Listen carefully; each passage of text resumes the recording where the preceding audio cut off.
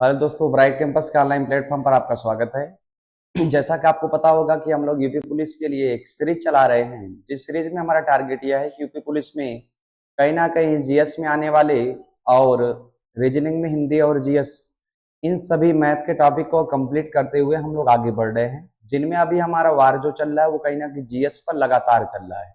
GS पर हम लोग एकदम सिलेबस पर वार कर रहे हैं, एक एक सिलेबस से प्रश्न को पढ़ रहे हैं। सिलेबस में अगर कहीं से दो तीन प्रश्न आए हैं तो छोटे सिलेबस को भी हम देखते हुए चल रहे हैं। जैसा कि अब हम हिस्ट्री का एक टॉपिक आज लेकर आए हैं, जिनमें हम मुगल डायनेस्टी को देखेंगे। मुगल वंश में जैसा कि आपको पता होगा कि 2018, 19, 13 में ये सब बहुत अच्छे यूपी पुलिस के प्रश्न निकल कर आए थे। तो कहीं ना कहीं हम मुगल को कंप्लीट करेंगे। लाइव क्लास में आना चाह रहे थे, नेट इशू होने के कारण आपको रिकॉर्डेड क्लास देंगे। रिकॉर्डेड क्लास में थोड़ा सा कमेंट बाजी कम रहेगी, आपको पढ़ाई पर ही पूरा फोकस करना है। तो हम क्लास कंटिन्यू करते हैं। जैसा कि सेशन आपको अच्छा लग रहा था, एक बार लाइक शेयर जरूर करिएगा, जिससे और भी बच्चों को यह कहीं ना कहीं लाभ मिल सके। यह सेशन आपके लिए एकदम फ्री ऑफ कास्ट चलाया जा रहा है। आराम से सेशन कंटिन्यू होकर आप सेशन कंटिन्यू करेंगे। जैसा कि आप लोग देख रहे होंगे कि आज हम पढ़ने वाले हैं कहीं ना कहीं मुगल साम्राज्य की हम न्यू पढ़ाने वाले हैं। मुगल साम्राज्य में हम लोग कहीं ना कहीं मुगल साम्राज्य पढ़ेंगे। मुगल साम्राज्य में कुछ चीजें मैं आपको बताना चाह रहा हूँ। मुगल साम्राज्य को थोड़ा सा आप समझेंगे। इस साम्राज्य में हम पढ़ने क्या वाले हैं, मुगल साम्राज्य की स्थापना कैसे होती है, थोड़ा सा मैं लेक्चर देना चाह रहा हूँ। मुगल साम्राज्य की अगर मैं बात करूं, इसके पहले आपको पता होगा कि मुगल साम्राज्य से पहले 1210 में एक वंश की स्थापना हुई थी दिल्ली पर। उस वंश का नाम था गुलाम वंश। गुलाम वंश को लेते हुए अगर देखें, दिल्ली पर 5 वंशों ने शासन किया था, जिनमें अंतिम वंश जो था, अंतिम वंश का नाम कहीं ना कहीं था आपका लोधी वंश। लोधी वंश जो आपका था, इसकी समाप्ति की जाती है और अंत में इब्राहिम लोधी शासक बनते हैं। इब्राहिम लोधी और बाबर का युद्ध होता है पानीपत का 1526 में। पानीपत की लड़ाई के बाद दिल्ली की स्थापना समाप्त कर दी जाती है और एक नए साम्राज्य की नींव रखी जाती है बाबर के द्वारा 1526 में। तो पानीपत की लड़ाई के बाद मुगल की कहीं ना कहीं नींव पड़ गई थी। उन्हीं मुगल के कॉन्सेप्ट को हम कवर करते हुए चलेंगे। हम यहाँ पर हर एक शासकों की बात करेंगे, बट डीप में ना जाकर हम लोग इतनी ही चर्चा करेंगे जितना कि आपके पेपर में आ सके। कम समय में ज्यादा चीजें कवर करने का हम प्रयास करेंगे, इसलिए हम क्लास को कंटिन्यू करते हैं। और इसका ब्रीफ इंफॉर्मेशन, एकदम डीप इंफॉर्मेशन आपका अगर पीसीएस आरओ इनके लिए चाहिए तो यूपीपी के बाद में इसका मुगल का संपूर्ण क्लास आपको एकदम फ्री ऑफ कास्ट पूरा डिटेल में दूंगा। अभी तक टारगेट हमारा यूपी पुलिस का एग्जाम है। तो मुगल साम्राज्य में हम देखते हैं। मुगल साम्राज्य में जैसा कि आपको मैं बता दिया कि मुगल साम्राज्य में कहीं ना कहीं आप देखोगे दिल्ली का लोधी वंश जब समाप्त होता है तो मुगल साम्राज्य की नींव रखी जाती है। मुगल साम्राज्य की नींव रखी जाती है बाबर के द्वारा। तो बाबर जो आपके यहाँ पर कहीं ना 1526 से लेकर 1530 तक चलेंगे। उसके बाद इनकी मृत्यु हो जाएगी, फिर इनके लड़के आएंगे, फिर उसके बाद यह क्रम आपका जारी रहेगा। तो मैं थोड़ी सी यहाँ पर बातें बताना चाह रहा हूँ। बाबर की अगर हम बात करते हैं, मूल नाम क्या है, तो जहीरुद्दीन मोहम्मद बाबर इनका मूल नाम है। हम डिटेल में भी चर्चा करेंगे, बट इस क्लास में डिटेल में नहीं कर पाएंगे चर्चा। जन्म की अगर हम बात करते हैं 14 फरवरी और 1483 में इनका जन्म हुआ था। फरगना जो कहीं ना कहीं उज्बेकिस्तान में था, वहीं के जागीर के कहीं ना कहीं इनके पिताजी की जागीरदारी थी। तो आप कुछ ना याद करके 14 फरवरी बाबर का कहीं ना कहीं जन्म और वेलेंटाइन डे के उपलक्ष्य में इनको याद करके आप रखेंगे। फरगना में कहीं ना कहीं वो पड़ता कहाँ है, उज्बेकिस्तान में आपका पड़ता है। प्रश्न यहाँ से निकले हैं, थोड़ी सी समझदारी कम समय में रिवीजन करने का प्रयास करेंगे। पिता की अगर हम बात करते हैं, उनका नाम था उमर शेख मिर्जा। उमर शेख मिर्जा जो थे वो तैमूर वंश के थे। तो याद करके रखना है, बाबर कहीं ना कहीं दो वंशों के मिश्रण के अंतर्गत थे। एक आपका तैमूर वंश और एक चंगेज खा का वंश। चंगेज खा कहीं ना कहीं इनके माता से संबंधित थे, इनके मामा या नाना से संबंधित थे। तो याद करके रखना है, पिता का नाम उमर शेख मिर्जा, तैमूर वंश से संबंधित थे। माता का नाम था कुतुबुल निगार और यहाँ खानम उनका नाम था। चंगेज खा के वंश से संबंधित थे। तो कहीं ना कहीं ये जो इनका कहीं ना कहीं ये मामा का इनका घर था। तो याद करके रखना है, ये मामा पक्ष वाले थे। आगे हम चलते हैं और कुछ युद्ध की चर्चा करते हैं। कौन कौन से यहाँ पर युद्ध हुए थे, युद्ध को थोड़ा सा आप देखते हुए आगे बढ़ेंगे, क्योंकि हम यहाँ पर पानीपत की लड़ाई की बात करेंगे। मेन उद्देश्य हमारा यूपीपी का एग्जाम है इस समय। पानीपत का प्रथम युद्ध की अगर हम बात करते हैं, पूरा डिटेल में अगर पूछा जाता है पानीपत का प्रथम युद्ध कब हुआ, तो 21 अप्रैल जो आपका है, 21 अप्रैल कहीं ना कहीं 1526 में बाबर और इब्राहिम लोदी के बीच हुआ था, जिनमें कहीं ना कहीं बाबर जो है इब्राहिम लोदी को हरा देता है। एकदम आराम से याद करके रखेंगे। पानीपत की लड़ाई में बाबर के द्वारा इब्राहिम लोदी की हार हो जाती है। तो याद करके रखना है। बाबर के कुशल तोपची तोपची की अगर बात करें, जो तोप चलाने वाले थे कहीं ना कहीं, क्योंकि बाबर इस युद्ध में, अभी आपसे पूछेगा किस युद्ध में इन्होंने तोप का प्रयोग किया था, खानवा के युद्ध क्या था, घाघरा के युद्ध में क्या खासियत थी, सबकी चर्चा हम करेंगे। बट याद कर रखना है, तोपची इसके बहुत ही अच्छे थे।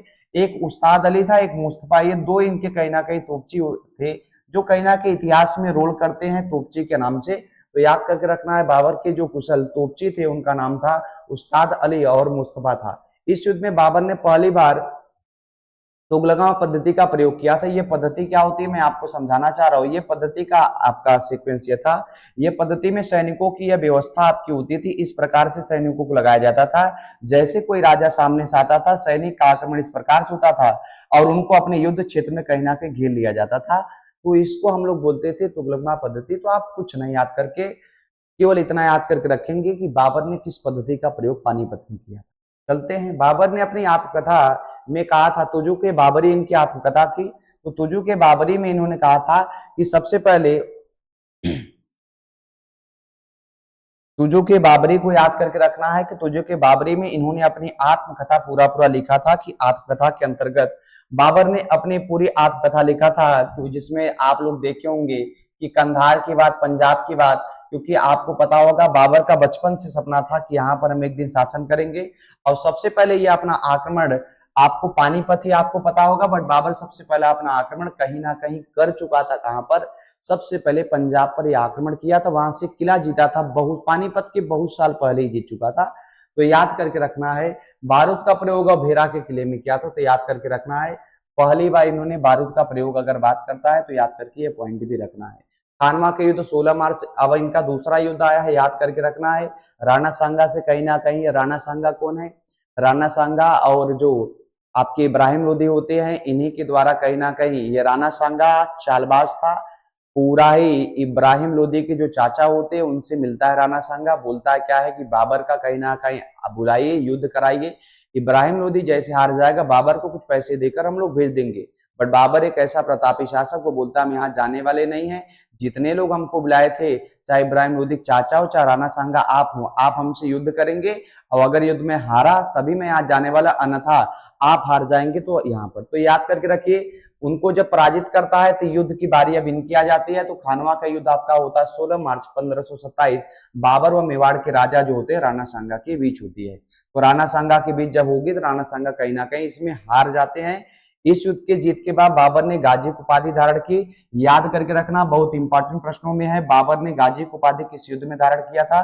तो गाजी की उपाधि याद करके रखना है, कहीं ना कहीं खानवा के युद्ध में की। और जिहाद का नारा लगाया था। जिहाद का नारा ये था कि कहीं ना कहीं अगर हमारी मृत्यु होती है युद्ध क्षेत्र में, तो हमारी मृत्यु अगर युद्ध क्षेत्र में होती है तो अल्लाह के प्यारे हो जाएंगे, इसे मृत्यु नाम नहीं दिया जाएगा। तो याद करके ये पॉइंट भी आपको रखना है, जिहाद का नारा। उत्तर भारत का अंतिम हिंदू सम्राट अगर देखते हैं तो उस समय राणा सांगा है। तो उत्तर भारत का अंतिम हिंदू सम्राट जो था राणा सांगा था। राजा तो होंगे, बस सम्राट जो होते थे वो आपको पता होगा। 4 क्षेत्रों में राजाओं की 4 नाम हुआ करते थे। कभी मैं वीडियो में डिटेल से बताऊंगा, इसमें केवल मैं बाबर कवर करने आया तो बाबर आपका कवर कर लेता हूं, क्योंकि डिटेल वीडियो पाने के लिए आप चैनल को एक बार सब्सक्राइब करके रखेंगे, क्योंकि जिससे मैं डिटेल वीडियो आपको सेंड करता हूं, कोई वीडियो बनाता हूं, तो आपको नोटिफिकेशन जाता रहे कि हो सकता है कि डिटेल वीडियो कोई आई हो।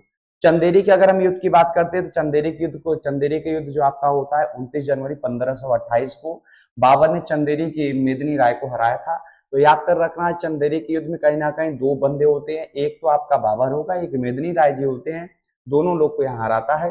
चौथे युद्ध की चर्चा करते हैं, घाघरा के युद्ध होगा 5 मई 1529, बाबर ने महमूद लोदी को कहीं ना कहीं यहाँ पर पराजित किया था। तो याद करके रखना है, बाबर और महमूद लोदी के बीच ये आपका युद्ध होगा। अब आप लोग डेट देख रहे हो कि 1500 हम कहीं ना कहीं एंट्री कर गए 1528 में। अब कहीं ना कहीं बाबर, क्योंकि आपको पता होगा 26 से लेकर 30 तक ही बाबर भारत पे शासन किया था, तो इनमें आपको पता होगा 26 दिसंबर 1530 में बाबर की मृत्यु हो जाती है। बाबर की मृत्यु हो जाती है, याद करके रखना है 1530 में। पहले बाबर को आगरा के आरामबाग में दफनाया गया था, फिर इसे काबुल में दफनाया गया, क्योंकि परंपराएं थी, मान्यताएं नहीं दी जा रही थी, इसलिए बाबर की जो कहीं ना कहीं 2 जगह समाधियां बनाई गई थी। पहले अगर देखा जाए तो इनको आगरा का आरामबाग था, वहां पर दफनाया गया था। फिर उसके बाद इनको काबुल दफनाया गया। बट अगर पूछता है बाबर की समाधि कहां पर है, तो आप काबुल सदैव मार के आएंगे। बाबर की जो समाधि होगी काबुल को ही प्राथमिकता दी जाती है। तो थोड़ा सा गौर करने वाली बात है, आप थोड़ी सी समझदारी दिखाएंगे। चलते हैं थोड़ा सा हम और आगे, स्पीड थोड़ा सा तो स्पीड आप लोग स्लो करेंगे। पेपर नजदीक है, क्योंकि आप लोग को लग रहा होगा कम समय में क्या पढ़े, इसलिए मैं थोड़ा स्पीड में बनाने का प्रयास कर रहा हूँ। बाबर ने अपनी आत्मकथा तुझो के बाबरनामा को तुर्की भाषा में लिखा था। इसका फारसी अनुवाद पाइंदा खां एवं अब्दुल रहीम खान ने खाना। तो याद कर रखना, ये जो दो व्यक्ति थे इन्होंने कहीं ना कहीं अनुवाद किया था। अनुवाद को भी याद कर रखना है कि इन्होंने अनुवाद किया था और किस भाषा में। तो याद कर, पहले तो बाबर की जो आत्मकथा थी उसका नाम क्या था, तुझो के बाबरी या बाबरनामा के नाम से हम जानते हैं। तुर्की भाषा में लिखा गया था, ये बाबर के द्वारा अपने हाथ से इन्होंने तुर्की में लिखा था। बट जो यहाँ कहीं ना कहीं पाइंदा खां और अब्दुल रहीम जो आते हैं वो फारसी में इसका क्या कर देते हैं, अनुवाद कर देते हैं। तो यहाँ तक की क्लास हम कंप्लीट कर चुके हैं। चलते हैं हम एक दूसरे सेशन पर, और यहाँ पर अब बाबर के लड़के को हम पढ़ना शुरू करेंगे। रिवीजन क्विक रिवीजन करेंगे, जिससे आप लोग कहीं ना कहीं रिवीजन कर पाए। तो अब यहाँ समझ में आएगा। अब आप लोग हुमायूं को पढ़ने चल रहे हैं। तो बाबर के 4 पुत्र थे कहीं ना कहीं, हुमायूं, कामरान, हिंदाल, अवस्करी। तो हुमायूं, कामरान, हिंदाल, अवस्करी ये आपके कहीं ना कहीं 4 पुत्र बाबर के थे, जिनमें से अगर देखा जाए हुमायूं सबसे बड़े पुत्रों में गिने जाते थे। हुमायूं मात्र एक इतिहास में एक ऐसा राजा बनेगा जो अपने भाइयों में साम्राज्य को एकदम बराबर बांटता है, क्योंकि अगर ये चाहता भी तो भाइयों को कहीं ना कहीं साम्राज्य ना देता। बट कहीं ना कहीं अगर आप सही है तो आने वाला समय आपका कभी कभी परीक्षा लेता है। तो इनका भी समय कहीं ना कहीं ऐसा आएगा, और इनका शेरशाह सूरी से कहीं ना कहीं युद्ध होगा, और शेरशाह सूरी 15 सालों तक इनको यहां से साम्राज्य से निष्कासित कर देगा। और जो इतने बड़े दानी कहीं ना कहीं राजा गिने जाते थे, जगह जगह भटकना शुरू कर देंगे। तो अब चलते हैं हुमायूं पढ़ते हैं। हुमायूं से हम कड़ी जोड़ेंगे अकबर का, अकबर से हम जहांगीर जाएंगे, जहांगीर से शाहजहां, शाहजहां से औरंगजेब। तो हम चलते हुए आगे बढ़ेंगे थोड़ा सा आप। तो याद कर रखिए, बाबर के पुत्रों की बात बोलती, बाबर कितने पुत्र थे, 4 पुत्र थे, जिनमें से आप जानते हैं हुमायूं, कामरान, अस्करी और हिंदाल। उसका बड़ा पुत्र जो था कहीं ना कहीं हुमायूं जो बड़ा पुत्रों में से था, इसलिए सिंहासन पर बैठा। तो सिंहासन बैठते हैं। अब राजनीतिक अभियान की हम बात करते हैं। राजनीति में क्या क्या इनके साथ हुआ, इन पर चर्चा करते हैं। राजनीतिक अभियान में कलिंजर अभियान की अगर हम बात करते हैं, 1530 में शासक प्रताप रुद्र देव को हराया। तो देख रहे हो अब यहाँ पर हनारा शुरू, हुमायूं का युद्ध होता है। हुमायूं जैसे ही आपका कहीं ना कहीं बैठता है, 1530 में ही प्रताप रुद्र देव को हरा देता है। ये पहला अभियान है, राजनीतिक अभियान पहला शुरू हुआ। दूसरा, चुनार का किला जो आपका मिर्जापुर वाला है, अब यहाँ पर आक्रमण होता है 1532 में, 2 साल बाद। यहाँ पर शेर खां कहीं ना कहीं अफगान शेर खां के द्वारा यहाँ पर जीता जाता है, याद कर रखना है। सब इन्हीं से संबंधित है। आगे थोड़ा सा हम चलते हैं और क्लास को और कंटिन्यू करते हैं, जिससे आप लोग को और जानकारियां मैं दे पाऊं। तो यहाँ पर अब चलते हैं हम एक युद्ध और देखते हैं, जिसका नाम होगा चौसा का युद्ध। तो चौसा का युद्ध जो होता है 26 जून 1539 में हुमायूं और शेर खां के बीच, जिसमें हुमायूं पराजित हो जाते हैं। याद कर रखना, देखो जीडी कहीं ना कहीं यहाँ पर पूछ चुका है यह प्रश्न। तो अब ये इतिहास के एक राजा है जो कहीं ना कहीं समय इसका गड़बड़ हो रहा है। तो आप केवल क्या याद करेंगे, चौसा का युद्ध कब हुआ था। तो 1539 में चौसा का युद्ध हुआ हुमायूं और शेर खां के बीच, जिसमें हुमायूं की पराजय हो जाती है। अब कहीं ना कहीं इस राजा का अब दुर्भाग्य वाला समय शुरू हुआ। शेर खां के शांति के एक प्रस्ताव के साझे में आकर हुमायूं कामरान कर्मनाशा नदी में पार करके उसको पूर्वी तट पर आ जाता है, जिसके बाद हुमायूं अपना घोड़ा सहित गंगा नदी में कूद जाता है। थोड़ी सी मैं कुछ कहानी बताना चाह रहा हूँ, थोड़ा सा समझिए। देखिए, ये जो युद्ध इनका चल रहा था, युद्ध में कहीं ना कहीं संधियां हुआ करती थी। संधि के लिए शेरशाह सूरी जो होता है बोलता है संधि के लिए आप आइए, बातें करेंगे आप लोगों से। बट जैसे संधि के लिए हुमायूं वहां पर जाता है, शेरशाह सूरी की नीयत बदल जाती है। वो युद्ध जैसा माहौल पैदा करने लगता है, और उस समय हुमायूं को भागना पड़ा। हुमायूं जाकर कहीं ना कहीं गंगा नदी में घोड़े सहित कूद जाता है, और जब घोड़े सहित ये कूदता है तो वहां पर इसको निजाम भिश्ती नामक एक व्यक्ति इसको बचा लेता है। बचाता है एक प्रस्ताव पर, बोलता है अगर हम आपको बचाते हैं तो आप क्या करेंगे, इतिहास में कभी ना कभी आप हमें एक बार राजा बनाइएगा। तो वास्तव में जो हुमायूं का शासनकाल पुनः फिर से चलेगा। हुमायूं एक दिन के लिए इसको राजा बनाता है, और जब हुमायूं इसको एक दिन के लिए राजा बनाता है तो निजाम भिश्ती ने इतिहास में पहली बार चमड़े के सिक्के जारी किए। इसलिए इतिहास में कभी कभी ये प्रश्न पूछे जाते हैं कि चमड़े के सिक्के किसने जारी किया था। तो आगे चलते हैं, हम सेशन को कंटिन्यू करते हैं, थोड़ा समझते हैं।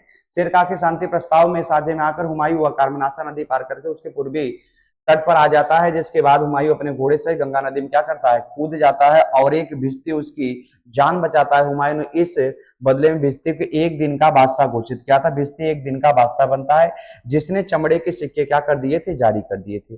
तो चमड़े के सिक्के कौन जारी किया था, क्यों किया था, ये जहां तक मुझे लग रहा है स्पीड में ही बट आपको समझा हम दिए होंगे। बट आपका एग्जाम नजदीक है, केवल सुनने का प्रयास करेंगे, आराम से चीजें याद हो जाएंगी। उनमें और कुछ वीडियो थोड़ा सा स्लो कर देंगे, हो जाएंगे। कन्नौज की अगर हम बात करते हैं, बिलग्राम युद्ध, अब यहाँ पर कहीं ना कहीं ये अब हार जाएगा संपूर्ण रूप से। वो संधि थी, इनमें संपूर्ण रूप से हारेंगे। बिलग्राम युद्ध आपका कभी एग्जाम में पूछता है तो याद करके आप रखेंगे 17 मई 1540 को शेरशाह सूरी विजय होता है यहाँ पर। अब ये कहीं ना कहीं अब दिल्ली पर बैठने वाला है। आज दिल्ली इनकी छूट गई है, दिल्ली तथा विजयी होता है तथा हुमायूं 1540 से 1575 तक निर्वासित हो जाता है। अब वो समय आ चुका है जब कहीं ना कहीं जो हुमायूं होंगे वो जगह जगह भटकना शुरू करेंगे, भाइयों के शरण में जाएंगे। कोई भाई जिनको साम्राज्य बंटवारा किए थे बहुत अच्छे से, कोई भाई इनका साथ देता नहीं है। अब चलते हम आगे, क्योंकि इन्हीं अभियानों में ही इनकी शादी होगी, इन्हीं अभियानों में ही इनका कहीं ना कहीं अकबर का जन्म भी होगा। सब चीजें हम देखते हैं, जस्ट आगे क्लास में बने रहिए। और अगर क्लास आपको थोड़ा समझ में आ रहा है, लग रहा है कि सेशन को शेयर करना है, तो अवश्य सेशन को एक बार शेयर करेंगे, जिससे और भी बच्चे समझ सके। कहीं अगर समय बर्बाद करे तो आकर कम से कम चीजों को देखने का प्रयास करेंगे कि वास्तव में क्या चल रहा है, रिवीजन किस पर्पज से किया जाता है, क्या स्पीड होनी चाहिए। अपने निर्वासन काल के दौरान हुमायूं ने हिंदाल के आध्यात्मिक गुरु मीर अली की पुत्री हमीदा बानो, ये अकबर की कहीं ना कहीं माता आ रही है, तो अकबर की माता को थोड़ा सा याद करके रखना है। पुत्री हमीदा बानो बेगम से 1541 में विवाह कर लेते हैं। तो विवाह कर लेते हैं तो याद करके रखिए, आध्यात्मिक गुरु जो थे मीर अली की पुत्री जो थी उनका नाम था हमीदा बानो, जो आगे चल के अकबर की माता बनेंगी, उन्हीं से विवाह कर लिया जाता है। 1542 में अमरकोट के राजा राणा बिरसाल के यहाँ अकबर का क्या होता है, जन्म होता है। तो अकबर का जन्म अगर कभी कोई पूछता है तो 1542 में बताइएगा। राणा जो बिरसाल थे उन्हीं के अमरकोट में राजस्थान में इनका होता है, तो याद करके थोड़ा रखिए। 1545 में ईरान के शाह के सहयोग से काबुल और कंधार पर पुनः अधिकार कर लिए। अब थोड़ा सा कहानी अब चेंज हो रही है, अब थोड़ा समझिएगा, समय लौटने वाला है। हुमायूं कहीं ना कहीं जाते हैं काबुल और कंधार पर विजय करने की इनका इच्छा होता है। काबुल कंधार पर विजय पुनः कैसे करे, इसलिए एक राजा से ये मिलते हैं, ईरान के राजा होते हैं। ईरान के राजा बोलते हैं कि आप सैनिक लेकर जाइए, शेरशाह सूरी है, सैनिकों की हुलिया चेंज कर लेकर जाइएगा। अगर आपके सैनिक समाप्त होते युद्ध क्षेत्र में मारे जाते हैं तो पता ना चले कि सैनिक कहाँ से आए थे। तो कहीं ना कहीं सैनिक भेज दिए जाती है, और सैनिक जब आक्रमण करती है तो पुरानी कहीं ना कहीं इनकी आपकी यादें आती है, और कहीं ना कहीं युद्ध क्षेत्र में अपने गुस्सा को दिखाया जाता है। और काबुल और कंधार पर पुनः एक बार फिर विजय प्राप्त कर लिया जाता है, किसके द्वारा, हुमायूं के द्वारा एक बार विजय फिर से प्राप्त कर लिया जाता है। तो याद कर रखिएगा, ये फिर से कंधार पर अधिकार कर लिए। और अब चलते हैं जस्ट हम आगे, अब दिल्ली का समय आ चुका है, दिल्ली के समय समझिए। 23 जुलाई 1555 में हुमायूं एक बार पुनः दिल्ली के सिंहासन पर बैठे। तो याद करके रखिए, दिल्ली के सिंहासन पर यह पुनः बैठने वाले हैं, इनको भी थोड़ा सा आप याद करके रखेंगे। दिल्ली के सिंहासन पर यह पुनः बैठने वाले हैं अब बहुत दिनों बाद, तो इनमें याद करके रखेंगे। ये जो आपका पॉइंट चल रहा है, 23 जुलाई 1555 हुमायूं एक बार पुनः दिल्ली के राज सिंहासन बैठे। गैपिंग देख रहे हैं आप लोग, 15 साल की गैपिंग हुई। तो कभी पूछता है वो कौन सा मुगल बादशाह था जिसके समय दिल्ली पर 15 वर्षों का काल पड़ा था। तो काल हम लोग हुमायूं के शासन काल बोलेंगे।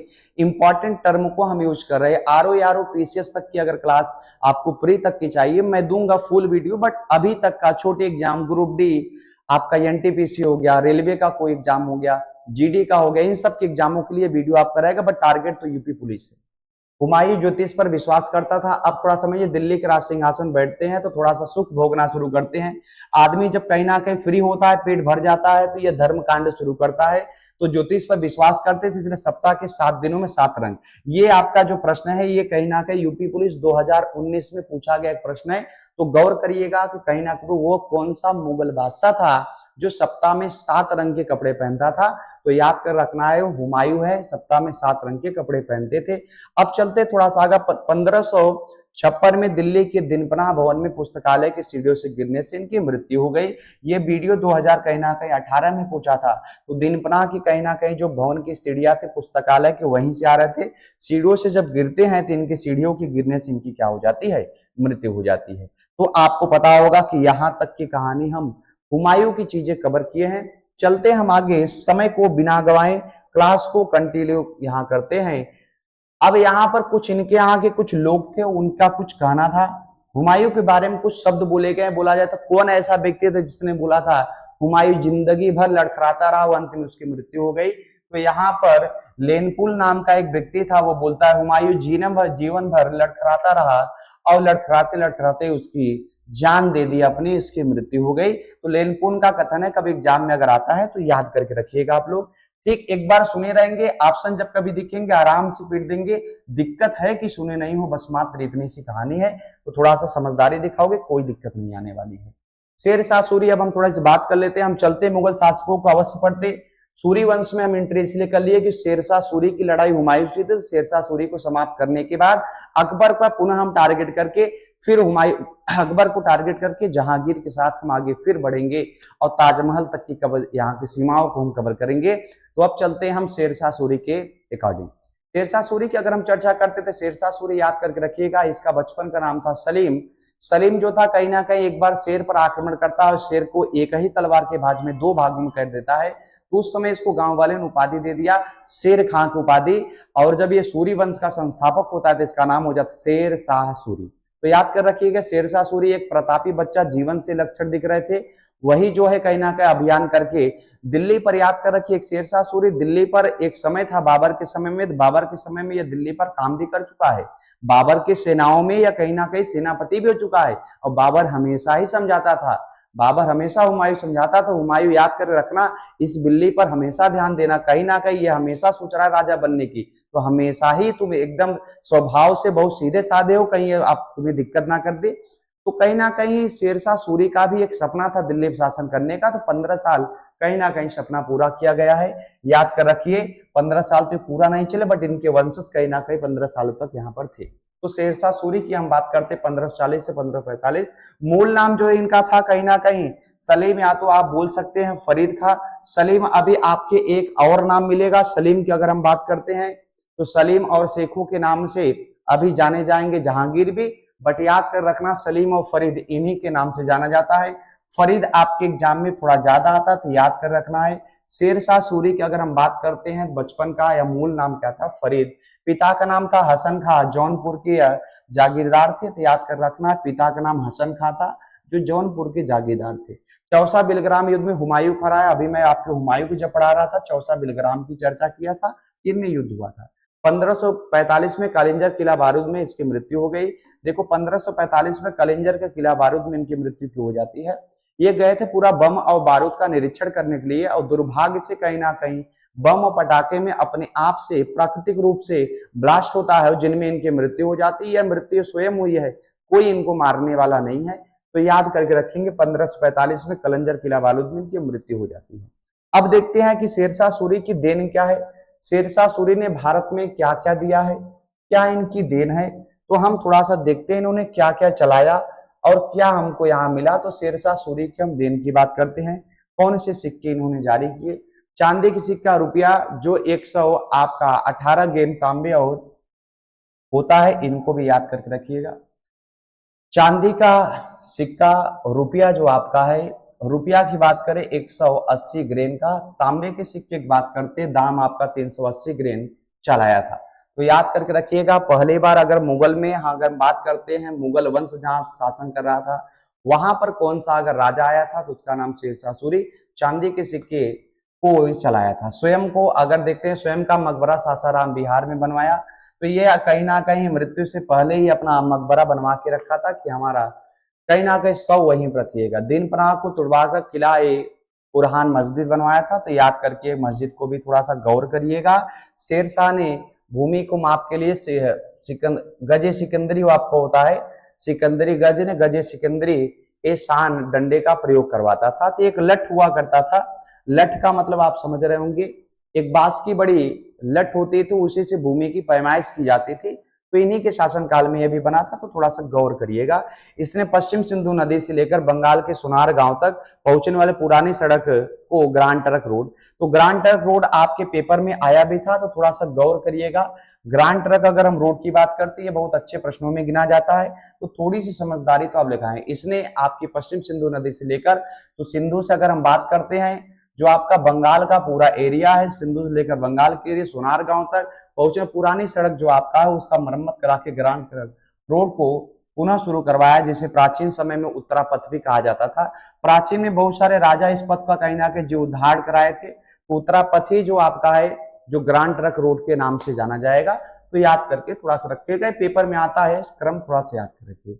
शेरशाह ने कुल 1700 सराय बनवाई थी। सराय जो आपकी होती हैं, सराय का मतलब यह होता है कि कहीं ना कहीं जो व्यक्ति जाकर कहीं शरण लेते हैं, रुकते हैं, कहीं पर तीर्थ के लिए जा रहे हैं, तो जैसे आप भी देखो चौराहे पर छोटे छोटे आपके कबर टाइप के बनाए गए व्यक्तियों को बैठने के लिए, वैसे सराय इन्होंने भी बनवाया था। तो याद कर रखना है सराय। संरक्षक मलिक मोहम्मद जायसी, पद्मावत। अगर देखते हैं पद्मावत के जो मलिक मोहम्मद जायसी थे, अगर कभी पूछता है कि समकालीन की बात करें तो याद करके रखिएगा, इनके भी समकालीन वो कहे जाते हैं। क्लियर? यहां तक मुझे लग रहा है यहां तक का मैटर आपका क्लियर हो चुका होगा। तो थोड़ा सा हम और चलते हैं और अब एक प्रतापीय राजा को पूरा हम पढ़ते हैं। एक प्रतापीय सम्राट की कहानी हम पुनः लेकर आते हैं, जिसका नाम होगा कहीं ना कहीं अकबर की कहानी। अब हम पढ़ते हैं तो अकबर के बारे में अगर देखते हैं, अकबर का जन्म जो है अमरकोट के राजा के घर पर ही हुआ था।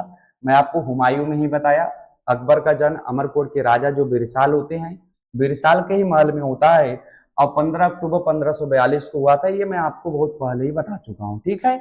माता का नाम आपको पता होगा कि अभी माता का नाम मैं आपको बताया था कि हमीदा बेगम से इन्होंने कहीं ना कहीं इनके जो पिता हुमायूं थे विवाह किए थे और उन्हीं के गर्भ से कहीं ना कहीं अकबर का जन्म होता है। तो अगर पूछता अकबर की माता का नाम क्या था तो हमीदा बानो।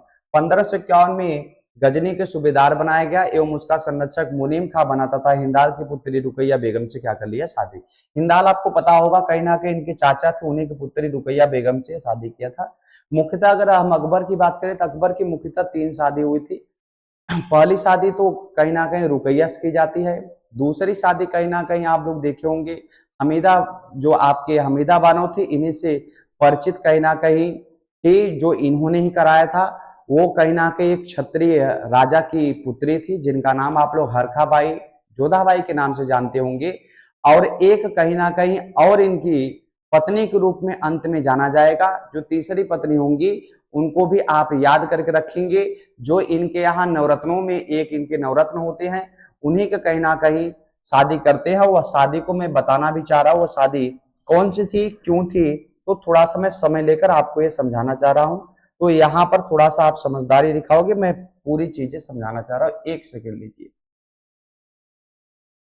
अभी इनके संरक्षक की चर्चा करेंगे। अकबर के संरक्षक होते हैं बैरम खां। बैरम खां अकबर के संरक्षक होते हैं। जब बैरम खां जो आपके होते हैं, इनकी ही पत्नी जो होती है, अंत में बैरम खां की दुर्भाग्यवश महामंगा जो इनकी एक माता होती है, दूसरी माता, उनके द्वारा कहीं ना कहीं उनके कहने पर साम्राज्य निकाला के बाद लोगों के द्वारा बैरम खां की कहीं ना कहीं हत्या कर दी जाती है। हत्या से पछतावित होकर ये परेशान होकर बोलते अब क्या किया जाए, तो कहीं ना कहीं बैरम खां की पत्नी से शादी कर लेते, जैसे उनके बच्चे पर इनके मृत्यु से कोई प्रभाव ना पड़े। तो याद करके रखिएगा। आगे हम अब्दुल रहीम खाने खाना की बात करेंगे। तो अब्दुल रहीम जो आपके थे, कहीं ना कहीं वो बैरम खां के ही लड़के थे, जो नवरत्नों में से एक गिने जाते। क्लियर हुआ होगा? अब चलते हैं आगे। अगर कोई पत्नी का नाम बोले तो सलीमा बेगम जो थी, कहीं ना कहीं पत्नी हुआ करती थी। वो जो इनकी तीसरी पत्नी थी वो सलीमा बेगम थी, बैरम खां की। अकबर के प्रथम गुरु की अगर हम बात करते हैं तो थोड़ी समझदारी। अकबर के प्रथम गुरु जो थे वो थे अब्दुल लतीफ, ईरानी विद्वान थे। अब्दुल लतीफ जो थे ईरान के थे और विद्वान थे। अकबर का संरक्षक ये बैरम खां जो अभी मैं बता रहा था। अकबर के संरक्षक जो थे बैरम खां, 10 फरवरी 1556 में ईंट के सिंहासन बैठा को ने बादशाह घोषित कर दिया था। तो याद करके रखना है, जब कहीं ना कहीं हुमायूं की मृत्यु होती है, तो हुमायूं की मृत्यु होने पर कहीं ना कहीं जो आपके अकबर हैं, इनको बैरम खां बोलते हैं। आप भले से 13 साल के हैं, बट आप आज बनेंगे राजा, सिंहासन पर नाम आपका होगा, चलाएंगे हम। तो बैरम खां कहीं ना कहीं मुगलों में अहम भूमिका निभाया था। बट कहीं ना कहीं मातृसत्तात्मक व्यवस्थाएं जब मुगलों में कुछ क्षण के लिए देखी जाती हैं, तो बैरम खां की गलतीवश मृत्यु हो जाती है साम्राज्य के बाहर। तो याद करके रखिएगा, बादशाह जो कहीं ना कहीं बैरम खां था, यही राजा घोषित कर देता है, बोलता हम सब कुछ देख लेंगे, आप राजा बने। कालानौर में मात्र 13 वर्ष 14 आपका 13 वर्ष अगर 4 वर्ष माह की अगर हम बात करते उम्र में अकबर को मुगल का ताज पहना दिया जाता है बैरम खां के द्वारा। बैरम खां बोलता है आप कहीं ना कहीं राजा बनिए, हम सब देख लेंगे। पानीपत का द्वितीय युद्ध की अगर हम बात करते हैं, पानीपत का द्वितीय युद्ध 1526 में आपका होता है। ये भी बहुत इंपॉर्टेंट प्रश्नों में होता है।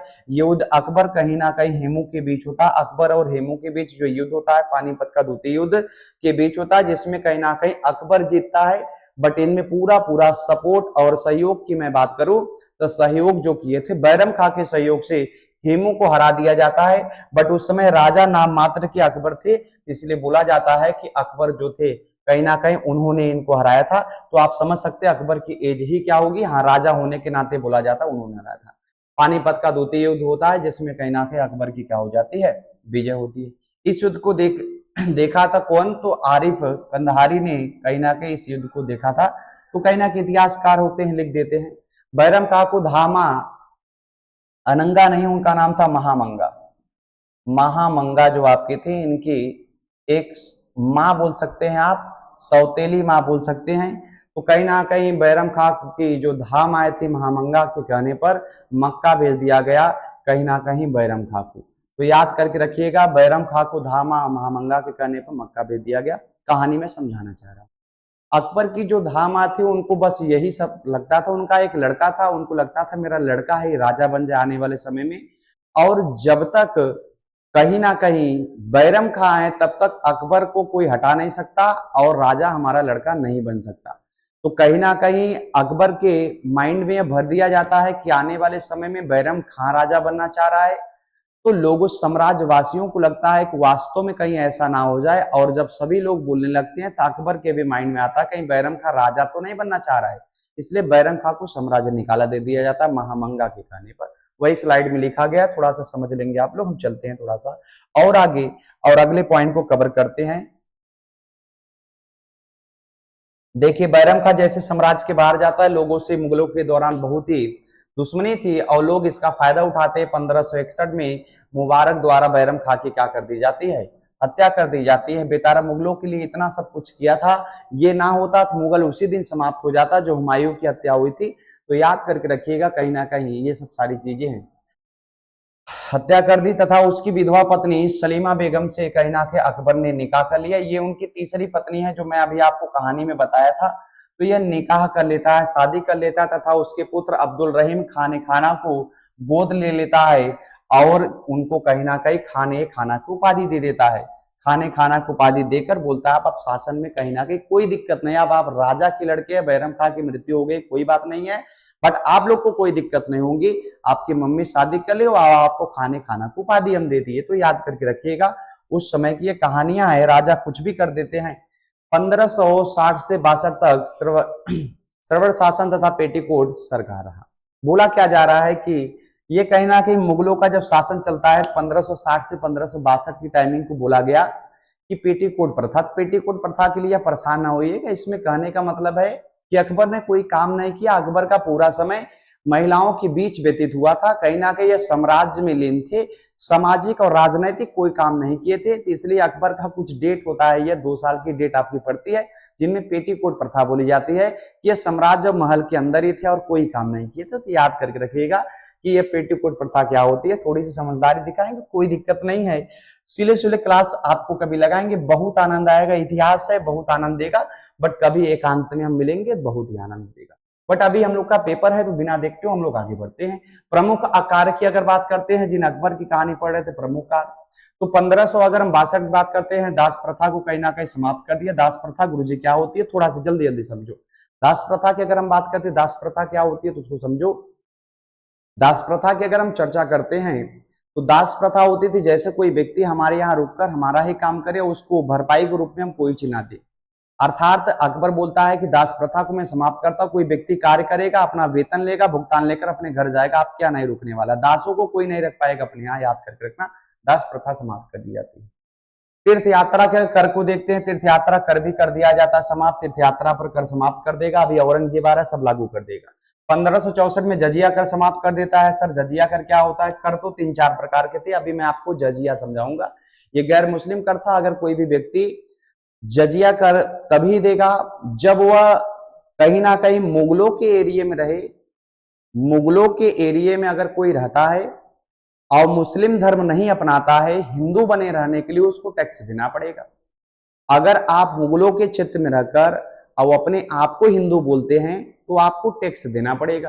तो उस टैक्स को हम जजिया कर बोलते थे, अर्थात मुस्लिमों के द्वारा लिया जाता था, हिंदुओं के द्वारा दिया जाता था जजिया कर। याद करके रखना, बहुत इंपॉर्टेंट पॉइंट ये चल रहे हैं। 1575 में इबादत खाने का निर्माण कराया। इबादत खाना होता है तो इसका निर्माण भी यहाँ कराया। इबादत खाना क्या होता था? एक पूजा घर था। याद करके रखना, इबादत खाना जो था एक पूजा घर था। अब चलते हैं, हम यहाँ पर आ जाते हैं कहीं ना कहीं हल्दी घाटी के युद्ध। महाराणा प्रताप यहाँ पर मिलेंगे। प्रतापी शासकों में गिने जाते हैं महाराणा प्रताप। देखते हैं उनसे अब युद्ध होने वाला है। हल्दी घाटी युद्ध अगर हम देखते हैं, आपका इंपॉर्टेंट डेट आपकी एग्जाम में आएगी। हल्दी घाटी युद्ध कब हुआ था? 1576 में अकबर के सेनापति मानसिंह व महाराणा प्रताप। सैन्य नेतृत्व में अगर देखते हैं हकीम खां के बीच हुआ था। महाराणा प्रताप सिसोदिया वंश के थे। तो थोड़ा सा यहाँ समझना है, मैं कुछ बताना चाह रहा हूँ, थोड़ी समझदारी। हल्दी घाटी युद्ध किस राजा के समय में हुआ? तो राजा तो आपको पता होगा, अकबर के समय में हल्दी घाटी का युद्ध हुआ। बट जो अकबर के कहीं ना कहीं सेनापति थे वो जाकर इस युद्ध में क्या लेते हैं? भाग लेते हैं। थोड़ा सा याद करके रखिएगा। आप ज्यादा नहीं, आप अपने यूपीपी जैसे एग्जाम में केवल हल्दी घाटी युद्ध 1576 याद कर रखोगे। ज्यादा अगर निकल का आया तो अकबर का सेनापति मानसिंह याद कर रखना। मानसिंह जो कहीं ना कहीं इनके साले थे, ये भी याद करके रखना है। जो अभी कहीं ना कहीं जोधा आएंगी, जोधा के भाई थे जिनका नाम था मानसिंह। पहली बार इनको कमान एक युद्ध का दिया गया था कि आप जाइए, मुगलों के साइड से एक छत्री लड़ेगा एक छत्री से। तो ये इनके साले थे, याद करके रखना है। तो हकीम के बीच हुआ था। अब चलते हैं महाराणा प्रताप की अगर बात करते हैं। महाराणा प्रताप की अगर हम माता और पिता की बात करते हैं, जयंती बाई इनकी माता थी। और पिता की अगर हम बात करते हैं, उदय सिंह इनके पिता थे। घोड़ा का नाम फेमस है। घोड़ा महाराणा प्रताप का घोड़ा चेतक था। चेतक की कहानी कभी मैं लेकर आऊंगा। चेतक के नाम पर ही हार्स पावर जो आप लोग सुने हैं, ये 746 बार इन्हीं पर नाम पड़ा है। हाथी का नाम राम प्रसाद था, तो ये भी याद करके रखेंगे। जो इनकी हाथी थी वो कहीं ना कहीं राम प्रसाद उस हाथी का नाम था। तो यहां तक की कहानी आप समझ चुके होंगे। जहां तक मुझे लग रहा है चीजें ना समझ में आए, थोड़ा सा वीडियो को इसका सिलो सिलो करके देख लेना है, सब समझ में आएगा। स्पीड है थोड़ा सा क्योंकि एग्जाम नजदीक है। अकबर ने 1580 में एक नई प्रणाली शुरू की जिसे दहसाला कहते थे। तो याद करके रखना है, ये प्रणाली जो आपकी थी दहसाला प्रणाली को भी इन्होंने शुरू किया था। दहसाला प्रणाली को याद करके रखना है। 1582 में दिन इलाही धर्म चलाया और 19 लोगों ने अपनाया, जिसमें से एकमात्र हिंदू बीरबल थे, जिनको महेश दास के नाम से जाना जाता है। बीरबल को महेश दास भी बोला जाता है। 1582 में दिन ए इलाही धर्म चलाया जाता है। इस धर्म का मेन मकसद क्या था? याद करके रखना है। 19 लोगों ने अपनाया, जिनमें से एकमात्र हिंदू बीरबल थे। दिन ए इलाही धर्म था। अपने धर्म के साथ हम दूसरे धर्म का भी प्रचार करेंगे। दिन ए इलाही धर्म था। इसलिए पूछा जाता था मुगलों में कौन सा बादशाह है जो कहीं ना कहीं हिंदू और मुस्लिम दोनों धर्म का प्रचार किया था? तो उसका नाम अकबर था। इसलिए बीरबल या महेशदास इनके मित्र हुआ करते थे। बीरबल की मृत्यु कहीं ना कहीं अकबर के ही युद्ध में जाकर, एक युद्ध चल रहा था उसी में लड़ने गए थे बीरबल भी, वहीं पर इनकी मृत्यु हुई थी। याद कर लेना। 19 लोग अपनाए थे, जिनमें से एकमात्र कहीं ना कहीं हिंदू जितने बीरबल थे। 1583 में प्रयाग का नाम बदलकर इन्होंने इलाहाबाद किया था, जिस पर टारगेट हमारे योगी जी खूब दे दिए हैं। तो याद कर रखना है, 1583 में उसका नाम कहीं ना कहीं प्रयाग राज का नाम इलाहाबाद किए थे। अब पुनः फिर से प्रयागराज कर दिया गया है। 1500 ये कार्य है, आगे पीछे टाइमिंग रहेंगे, उसके परेशान नहीं हुए हैं। 1579 का अगर बात करते स्टीफन थॉमस आया था। तो मैं आपको कहीं ना कहीं वीडियो में अगर जाएंगे, यूरोपीय कंपनियों का आगमन प्लेलिस्ट में आपको मिलेगा। तो आपको यूरोपीय कंपनियों का आगमन में चला रहा था। जैसे यूपी पुलिस की डेट आई, मैं रोक दिया उसको।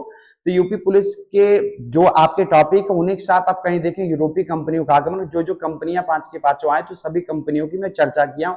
उन कंपनी जो आप पढ़ेंगे तो मैं बताऊंगा कि कौन सा अंग्रेज था जो अकबर के शासनकाल में आया था। तो उसी अंग्रेज का नाम है थॉमस मुनरो के नाम से भी स्टीफन थॉमस भी कोई कोई बोलता है। 1583 में रोल्फ फिच आया था। तो याद कर रखना, ये सब अंग्रेज है जो कहीं ना कहीं इनके शासनकाल में आए थे। 1583 में राम सीता की आकृति के सिक्के चलाए थे। राम सीता की आकृति के सिक्के जो चलाए थे, ये सब जितने भी हिंदू के लिए कार्य हुए थे, ये कहीं ना कहीं जोधा के द्वारा बोले गए कार्य थे, जो कहीं ना कहीं अकबर के द्वारा पूरा किए गए थे। तो याद करके रखना है थोड़ा सा। 1583 में राम सीता की आकृति के सिक्के चलाए थे, ये भी पॉइंट थोड़ा सा आप लोग याद करके रखेंगे।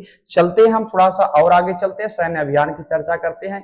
कहां कहां इन्होंने विजय किया था, इन टॉपिक को थोड़ा स्पीड से लीजिए, थोड़ा आपके एग्जाम के लिए बहुत ही कम इंपॉर्टेंट है।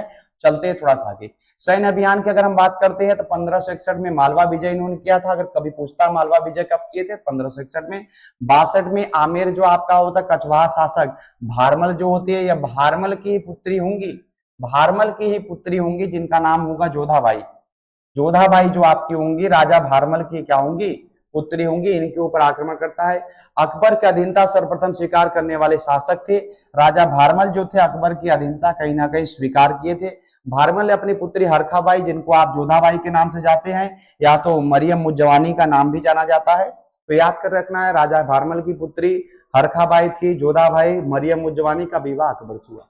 ये विवाह होने वाला नहीं था, एक प्रकार के विवाह ने, एक प्रकार की संधि हुआ की थी, कहीं ना कहीं कोई प्रेम प्रसंग इसमें नहीं था, एक प्रकार की भारमल की हार थी जिसमें जोधा नामक एक बच्ची का बलिदान कर दिया जाता है, जो आगे चल के प्रेम प्रसंग में बदल जाए जोधा अकबर एक दूसरी बात है। प्रारंभ में ऐसी कोई व्यवस्थाएं नहीं थी, कोई पढ़ा रहा है तो गलत सारी चीजें पढ़ा रहा है, ऐसा कुछ भी नहीं था। तो मरियम मुज्जमानी इनका नाम कहीं ना कहीं मुगलों के समय पड़ेगा, तो इनका नाम जोधाबाई और हरखाबाई ये सब इनका नाम है, याद करके रखना है, सब जोधाबाई के नाम है। 1564 में देखते हैं गोंडवाना विजय, रानी दुर्गावती कहीं ना कहीं याद कर रखना है, रानी दुर्गावती के ऊपर आक्रमण करते हैं। दुर्गावती का अगर हम कहानी की बात करें, दुर्गावती वही महिला है जो कहीं ना कहीं एक बार हुमायूं को राखी भेजी थी। ये सब आपके इतिहास के टर्म है, सांस्कृतिक इतिहास के पॉइंट है। तो दुर्गावती वो वही थी जो अपने संरक्षण बचाने के लिए हुमायूं को राखी भेजती है, हमें कहीं ना कहीं हम बचा लीजिए। उन्हीं को कहीं ना कहीं यहाँ पर इन्होंने विजय कर लिया, उनको भी हरा देते, रानी दुर्गावती को भी हरा दिया जाता है। 1568 में मेवाड़ का अभियान स्वयं अकबर के द्वारा होता है। मेवाड़ का अभियान ये करते हैं, मेवाड़ पर कर देते हैं आक्रमण, तो याद कर रखना मेवाड़ का अभियान भी चला था। ठीक है, चलते हैं क्लास को और कंटिन्यू करते हैं। आप सेशन को थोड़ा शेयर भी करेंगे और लाइक करते रहेंगे, और भी बच्चों तक पहुंचाने का प्रयास करिए, जिससे कुछ बच्चे का कुछ काम कुछ ना कुछ तो हो जाए। 1570 में जैसलमेर, बीकानेर, ये सब विजय इनकी शुरू है, विजय की गाथाएं चल रही हैं। 1571 में गुजरात अभियान, मुजफ्फर तृतीय को हराया था यहाँ से। 1600 में अगर हम लोग देखते हैं अहमदनगर जो आपका होता है, बीजापुर, ये चांद बीबी जो आपको पता होगा, चांद बीबी का ये भी कहानी का एक बहुत बड़ा मोड़ है, समय ले लेगा ना हम बताते। चांद बीबी जो होती हैं वहां भी इन्होंने आक्रमण किया था, अहमदनगर और बीजापुर आपका है, तो याद कर लेके रखना। कभी पूछता है बीजापुर की प्रतापी रानियों में कौन थी, शासिका कौन थी, तो याद कर रखना चांद बीबी। 1601 में असीरगढ़ किला जीता, अंतिम विजय अभियान, तो याद कर रखना असीरगढ़ का किला इनका अंतिम विजय अभियान था। उसके बाद इनका विजय क्या हो जाता है, समाप्त। अकबर एक प्रतापी राजाओं में गिने जाते हैं, तो याद कर रखना है अकबर जो आपके प्रतापी राजा में से एक हैं, इसलिए थोड़ी सी इनकी सांस्कृतिक चीजें भी हम पढ़ने का प्रयास करेंगे। तो अकबर की सांस्कृतिक चीजें हम देखते हैं क्या क्या है।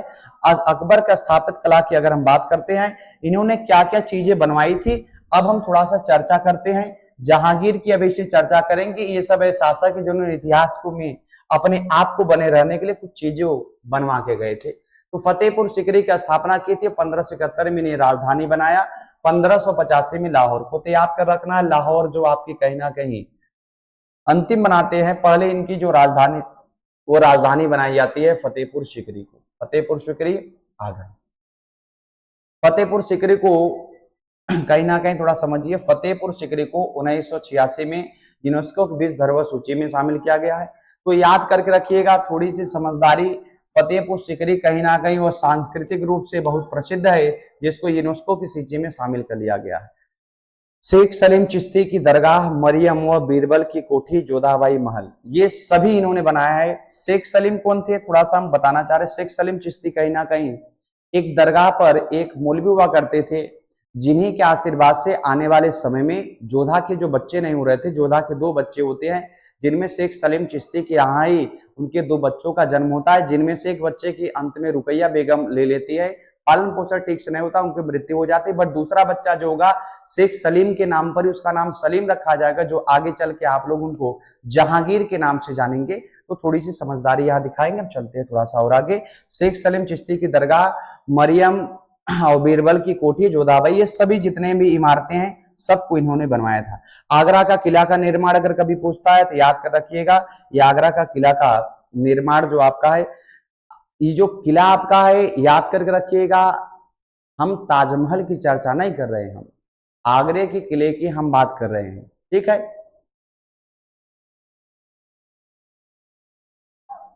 आइए आगे चलते हैं। 1602 में गुजरात विजय के उपलक्ष्य में बुलंद दरवाजा का निर्माण बहुत ही अच्छा है। बुलंद दरवाजा आपके पेपर में आता है तो याद करके रखना है, बुलंद दरवाजा जो आपका है पेपर में आएगा। 1583 में इलाहाबाद का किला, ये जो संगम के जस्ट किनारे आपका किला है, वो कहीं ना कहीं इन्हीं के द्वारा बनवाया गया था। आज भी टूरिस्ट घूमने जाते हैं, अंदर जाने की परमिशन नहीं है। अकबर का मकबरा सिकंदरा में, आपका आगरा में स्वयं बनवाया गया है, तो याद करके रखिए। अभी देखे थे आप शेरशाह सूरी भी स्वयं बनवाया था, ये भी स्वयं बनवाए थे। अकबर का मकबरा जो आपका सिकंदरा आगरा में है, स्वयं बनवाए गए मकबरे हैं। थोड़ा सा हम चलते हैं और भी आगे। ये अकबर का अभियान चल रहा है और कहीं ना कहीं हम लोग का यूपीपी का अभियान चल रहा है। 1605 में इनकी क्या हो जाती है, मृत्यु हो जाती है। तो 1605 में इनकी मृत्यु हो जाती है, तो याद करके रखना है 1605 में इनकी मृत्यु हो जाती है। अकबर के नवरत्न और दरबारी की अगर हम बात करते हैं तो थोड़ी सी चर्चा हम कर लेते हैं। कौन कौन थे? पहले तो बीरबल। बीरबल की बात अगर हम बताएं, बीरबल का नाम ही महेशदास था, सबसे बुद्धिमान और कहानीकार थे, याद करके रखना है। ये आ चुका है। अकबर का नाम क्या है, 2018 की पुलिस ने पूछा है। जन्म की अगर हम बात करते हैं, कालपी जालौन में हुआ था, ये आपको पता ही होगा। ठीक, आगे चलते हैं हम थोड़ा सा। 1586 में यूसुफजई जाति के खिलाफ विद्रोह दबाने में इनकी मृत्यु हुई थी। तो थोड़ा सा समझदारी। महेशदास की अगर हम गाथाओं की बात करते हैं तो कभी कभी इतिहास में आपके सिलेबस में टॉपिक है महान व्यक्ति उनका जन्म स्थान, तो जिनमें से आप देखे होंगे तुलसीदास का, बीरबल का, ये सब, और देखते हैं महादेवी वर्मा, ये सब पूछ जा चुके हैं। पेपर आपका पूरा पूरा देख चुके हैं, सब पूछे जा चुके हैं। बट इनमें अगर देखते हैं बीरबल का, तो मुझे लगा क्या आ सकता है, तो कालपी जो आपका जलावन होता है वहीं कहीं ना कहीं बीरबल का जन्म होता है। 1586 में यूसुफ जाति के खिलाफ विद्रोह दबाने में इनकी क्या हो जाती है, मृत्यु। ये पहले ही नवरत्न थे। दूसरे नवरत्न की चर्चा करते, तानसेन रामतनु पांडे इनका नाम, एक अन्य नाम है। संगीत के सम्राट थे, बोला जाता था कि मेघराग गाते थे। इनके गाने से कहीं ना कहीं वर्षा भी होने लगती थी। इतिहासकारों का अपना अपना मत है और हम लोग कहीं ना कहीं पेपर की तैयारी कर रहे हैं, तो हर एक चीज जानना ये हमारे लिए बहुत ही अच्छा रहेगा। तो आगे चलते हैं, अब थोड़ा सा और क्लास को देखते हैं। तो या आपको पता होगा कि ये संगीत के सम्राट कहे जाते हैं। मियाँ के मल्हार राग सारंग लिखा था इन्होंने, तो याद कर रखिएगा, इस राग में बोला जाता था। सब लोग कुछ कहानी गाथाएं हैं, अब हम दौड़ा रहे हैं, इसमें क्या ही बताएं। बोला जाता है कि अकबर जो थे कहीं ना कहीं अकबर इनके यहाँ जाते थे, तानसेन के यहाँ बोलते थे, तानसेन तुम गाओ, हम सुनने आए हैं, बहुत दुख दर्द है, आज गाना सुना दो। तो ये कहीं ना कितना अच्छा गाते थे, इनको बुला गया साम्राज्य में लेकर जाइए। जब ये नहीं आते, अकबर का आदेश आता है इनको उठा लाइए, हमारे यहाँ रात को डेली गाएंगे। तो याद करके रखिएगा। जन्म की अगर हम बात करते, तानसेन का ग्वालियर में जन्म, इसलिए बता रहा हूँ पेपर में आ रहा है। उपाधि अगर देखते, कंठभरण वापी बिलाप की कहीं ना कहीं इन्होंने उपाधि धारण किया था, जिसको कहीं ना कहीं अकबर के द्वारा दिया गया था।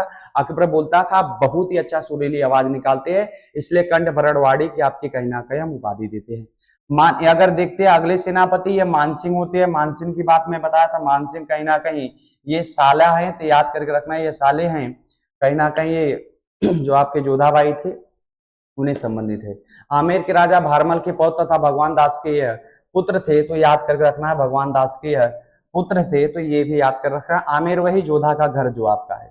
टोडरमल अगले आपके होंगे। टोडरमल बहुत एग्जाम में पूछा, वित्त मंत्री थे। भूमि सुधार कार्य इनको दिया गया था, मुगलों का भूमि सुधार कार्य यही करते थे। जन्म की अगर बात करें, पेपर में बार बार जन्म पूछा था, अगली बार भी पिछली बार में था। लहरपुर इनका कहीं ना कहीं सीतापुर में इनका जन्म हुआ था, याद कर रखना है। उत्तर प्रदेश से संबंधित, यूपी जीके में ना पूछ ले। अब चलते हैं अबुल, अगर देखते अबू फजल की अगर बात करते हैं, बहुत ही अच्छा अबुल फजल से प्रश्न निकल का आता है। अकबरनामा और आईने अकबरी, अकबरनामा और आईने अकबरी ये दोनों ही कहीं ना कहीं अबुल फजल ने ही लिखा था अकबर के बारे में, क्योंकि पता है अभी तक तो जितने राजा आ रहे थे अपनी आत्मकथा अपने हाथ से लिख लेते थे। अकबर तो अनपढ़ आदमी, क्या ही लिखे, तो इसलिए इन्होंने कहीं ना कहीं अबुल फजल का सहारा लेकर ये सब सारी चीजें लिखी थी। चलते हम थोड़ा सा और सेशन को कंटिन्यू करते हैं। आप लोग सेशन को शेयर भी करिएगा, खुद भी खाइए, दूसरे को भी खिलाते रहिए। अबू फजल का ग्रंथ अगर देखते, अकबरनामा आईने अकबरी था।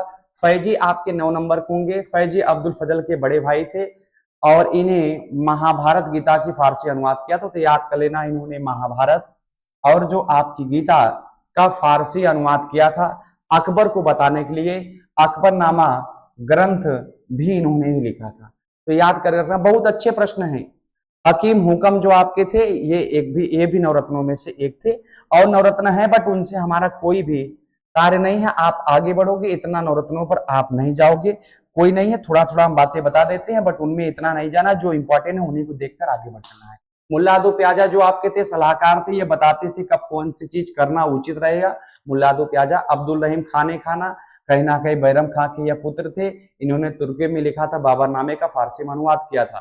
तुर्की में लिखे बाबरनामा जो था, कहीं ना कहीं बाबर ने अपने हाथ से तुर्की में इसको लिखा था और इन्होंने उनका फारसी में क्या कर दिया था, अनुवाद कर दिया था। इस पॉइंट को भी कवर करेंगे। जहां तक कि अभी लग रहा है आप भी कि 2 मिनट के जस्ट पहले की जितने भी मैं पॉइंट कराया हूं, इन पॉइंटों का आपका छूटना नहीं चाहिए, हो सके तो इनको नोट करके रखिएगा।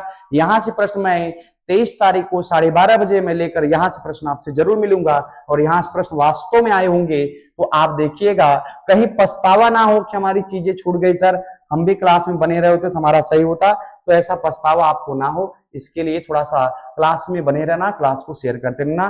मुख्य मुख्य जितने भी लोग हैं हम कंप्लीट आपको करा देते हैं। अब चलते हैं, हम जहांगीर की बात करते हैं। जहांगीर वही व्यक्ति है जो कहीं ना कहीं शेख सलीम चिश्ती की दरगाह पर आशीर्वाद दिया जाता है, जोधा के गर्भ से कहीं ना कहीं इनका जन्म होता है, तो ये शेख सलीम चिश्ती हैं। अब चलते शेख सलीम चिश्ती की दरगाह पर आशीर्वाद से उनका नाम रख दिया जाता है सलीम। सलीम ही वो व्यक्ति हैं जो राजा बनने पर जहांगीर की उपाधि धारण करेंगे।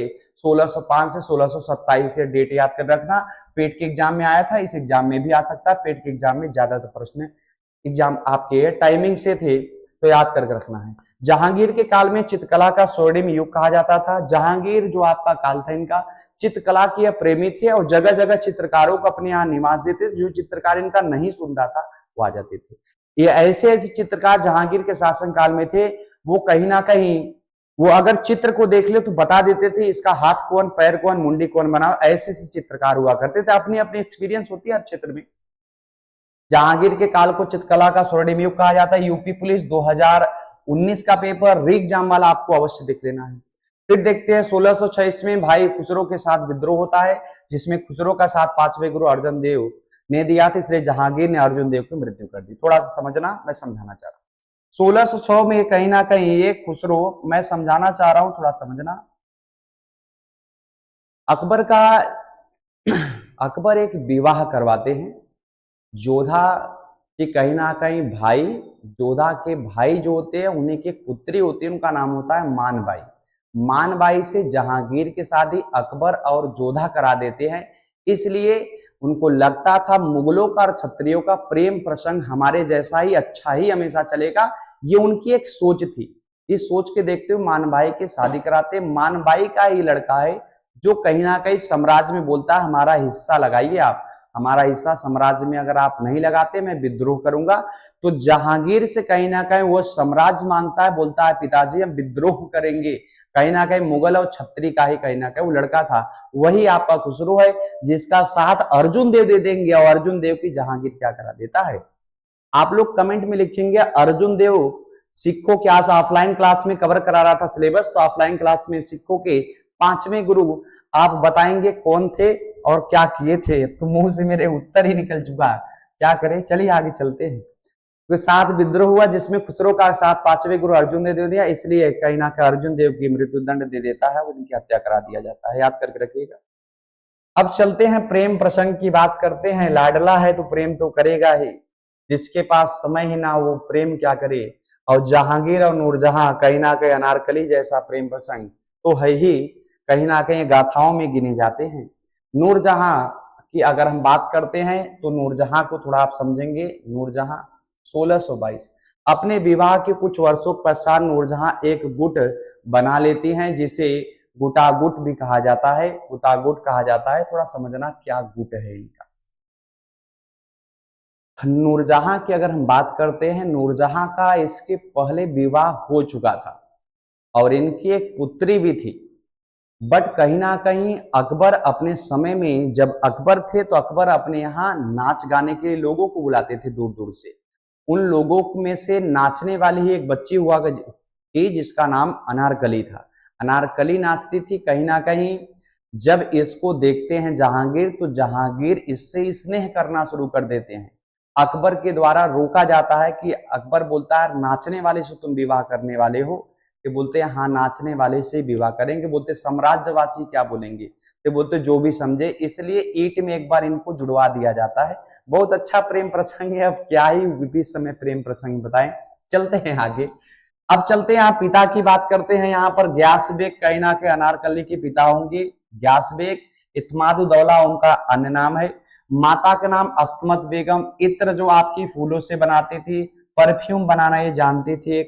भाई का नाम आसफ खां था, सोबत खां था, कहीं ना कहीं याद करके रखना है। इनमें पुत्री का नाम था लाडली बेगम। पुत्री जो थी कहीं ना कहीं लाडली बेगम थी, इनको भी याद करके रखना है। आगे हम चलते हैं, थोड़ा सा कहानी और लेते हैं। आप क्लास में बने रहोगे और रिवीजन के पर्पज से फटाफट क्लास को बढ़ाते रहोगे। स्पीड कम लग रही है, स्पीड कर लेना, ज्यादा लग रही है कम कर लो। जहांगीर के पुत्र परवेज, शहरयार, खुसरो, खुर्रम, तो ये सब कहीं ना कहीं जहांगीर के पुत्रों गिने जाते हैं। जिनमें आप लोग को मैं अभी पढ़ाऊंगा, ये खुर्रम ही अभी आएंगे शाहजहां बनकर, शाहजहां बन जाएंगे। इन्हीं में से एक पुत्र हैं इनके, खुर्रम जो होंगे शाहजहां बन जाएंगे। नूरजहां का भाई अपनी बेटी अर्जुमंद बानो बेगम मुमताज। देखो ये कहीं ना कहीं अपने रिलेशन को जोड़ते हुए चले जा रहे हैं। जो आपका नूरजहां का भाई था वो अपनी ही बेटी का विवाह इन्हीं मुगलुम कर देता है, जैसे हम लोग का अस्तित्व बना रहे, का विवाह खुर्रम से कर देता है। खुर्रम मतलब वो जहांगीर से, खुर्रम अपने आप में उसका नाम ही नहीं देख रहे हो, खुर्रम वो प्रतापी है, ठीक है, प्रतापी नहीं है, प्रेम प्रसंग तो कराएगा। प्रेमियों का बच्चा है तो प्रेम तो करेगा, प्रेमियों का बच्चा है प्रेम करेगा। अब आगे चल के इतना प्रेम करेगा कि ताजमहल ही तान के रख देगा भैया, ताजमहल बना दिया जाएगा केवल प्रेम के नाम पर। 1660 में कैप्टन विलियम हॉकिंग्स राजा जेम्स प्रथम के दूत के रूप में जहांगीर के शासनकाल में आए थे। ये सब मैं यूरोपीय कंपनियों के नाम से प्लेलिस्ट में पढ़ाया, उनको जाकर देख लेना है कब आया था, क्यों आया था। ये सब दुकान खोलना चाह रहे थे कि तो हम दुकान खोलेंगे। जहांगीर बोलता कोई दुकान के लिए जगह नहीं देंगे। ये चला जाता है नूरजहां के पास, बोलता है हमें दुकान नहीं खोलने दे रहे हैं, आपके लिए इतना अच्छा मैं झूमर बनवा के लाया हूँ। झूमर से प्रसंग होकर ये बोलते क्या चाहिए, बोलते एक तो दुकान खोलना है। जहांगीर जाके बोलते एक तो दुकान नहीं खुलवा सकते तुम मेरे लिए। जहांगीर बोलते ऐसी कोई बात नहीं, अनारकली तुम बोलो तो आईपी माल खुल किसके लिए हम दे दे, तो आईपी माल खुलवा दिया जाता है। और जहां अंग्रेजों का आईपी माल खुलेगा ना, 200 सालों तक उस आईपी माल के चक्कर में हमको मारेंगे गुलाम बनाकर। तब हमारे क्रांतिकारी बेचारे आएंगे, वीर भगत सिंह, सुखदेव, राजगुरु, ये सब अपना बलिदान देंगे, मंगल पांडे, इन सबको अपना बलिदान देना पड़ा। तो याद करके आप रखिएगा। हम चलते हैं जस्ट आगे। 1608 में कैप्टन जो आपके विलियम हॉकिंग्स राजा जेम्स प्रथम के दूत बन के भारत में आए थे, इन्होंने कहीं ना कहीं याद करके पहला पॉइंट ये रखना, थोड़ा जल्दबाजी नहीं। जहांगीर जो आपके थे इनके दरबार में आए थे, नाम था कैप्टन हॉकिंग्स। हॉकिंग्स जो आपके थे वो कहीं ना कहीं राजा जेम्स प्रथम के द्वारा भेजे गए थे व्यापारिक कार्य के लिए।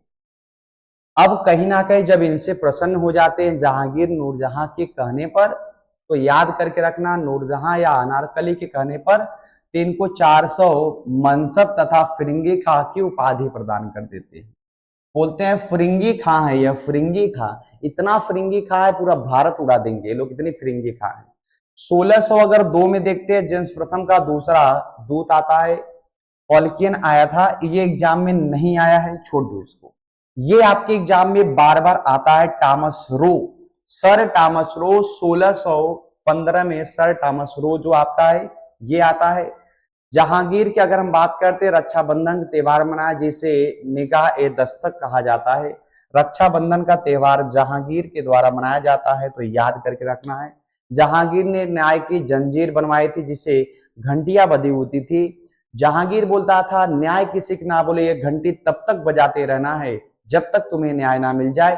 तो याद करके रखिएगा, न्याय की घंटियां इन्होंने लगवाया था। पॉइंट बहुत अच्छे अच्छे है, थोड़ा सा समझदारी होना चाहिए। जहांगीर ने निसार नामक सिक्के चलाए थे, तो याद कर रखना है, निसार नामक सिक्के भी इन्होंने चलाया था।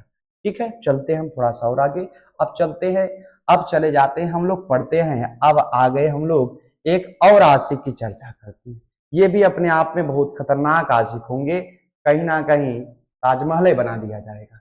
शाहजहां की अगर हम बात करते हैं तो इन्होंने ये शासन जो आपका किया 27 से लेकर 58 तक शासन किया। बचपन का नाम अभी मैं आपको पिछले स्लाइड में बताया कि खुर्रम बचपन का नाम था। जोधपुर के राजा उदय सिंह की पुत्री जगत गोसाई सिंह का कहीं ना कहीं इनका माता के रूप में होंगी। इन्हीं के गर्भ से इस बेचारे का उदय होता है। बेचारा ही बोलो तभी ठीक है, अभी बच्चा है। विवाह की अगर बात करते हैं 1612 में अर्जुमंद बागो बेगम से होता है आपका मुमताज महल भी इनको बोला जाएगा, बारी महल, मुमताज महल भी इनको बोला जाएगा। शाहजहां के 4 पुत्र थे, इन्हीं पुत्रों में से सबसे खतरनाक पुत्र आपको मिलेगा औरंगजेब। औरंगजेब तक की हम कहानी कवर करेंगे, उत्तर मुगल को हम दे देंगे दूसरा टॉपिक पार्ट नंबर 2। तो यहां तक का हम कवर अभी करेंगे, क्लास में बने रहिए आप लोग। यहां पर चलते हैं, इनके अगर लड़कों की हम बात करते हैं तो इनके कौन कौन बच्चे थे। बच्चों में सबसे सीधा ऐसा ही सबको भाई मिले जिसका नाम दारा शिकोह कहा जाए। दारा शिकोह जैसा भाई जिसको मिला वो कभी भी इस धरती पर हारने वाला नहीं है। दारा शिकोह बहुत ही अच्छा था। जो बदनसीब हूं, मेरे दुश्मन को औरंगजेब जैसा पुत्र मिल जाए, मेरे दुश्मनों को औरंगजेब नसीब हो। तो दारा शिकोह यह विद्वान था जिसने उपनिषदों का फारसी में अनुवाद किया। दारा शिकोह बहुत ही अच्छा था। आई लाइक दारा शिकोह, याद करके बहुत अच्छा था। अब चलते हैं औरंगजेब। दूसरा पुत्र होगा शाह शुजा, मुराद। पुत्रियां भी कुछ थी, पुत्रियों को भी याद करके रखना है। पुत्री जहां आरा, 1-2 और भी आराएं थी। जहां आरा कहीं ना कहीं भाग लेती हैं युद्ध क्षेत्र में, तो इनको आप जानेंगे। पुत्रियां भी इनकी 3 थी। जिन जिन के पीछे आरा लगी वो सभी पुत्रियां होती हैं। अब क्या लोगे इससे अच्छा ट्रिक, आओ थोड़ी सी कहानी देखते हैं। इस आशिक की कहानी देखते हैं, इन्होंने क्या बताया। शाहजहां ने दिल्ली के निकट शाहजहानाबाद नगर की स्थापना की। इंपॉर्टेंट प्रश्न, point to be noted milord, point to be noted.